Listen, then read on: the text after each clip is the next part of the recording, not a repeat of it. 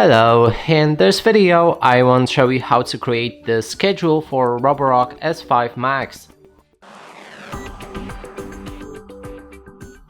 To do this, first you will need to open the app, select your robot, then click on the three dots in the top right corner of the screen and navigate to the schedules. Then click on the plus button and here you'll be able to create the schedule when it will start. Select the different hour. In this case we're gonna go with 8:48. Then we can change the repeat rate once every day, weekdays, weekends or custom. If you select custom, then you can pick any amount of days in a week. In this case we're gonna go with Friday and Thursday. And then there's the cleaning mode. We can change the suction power or water flow. We can also disable the mopping if you want.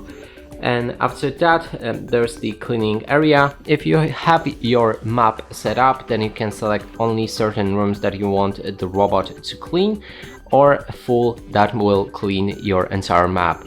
Now we just need to confirm it and our schedule should be created right here. You can enable or disable it with that switch.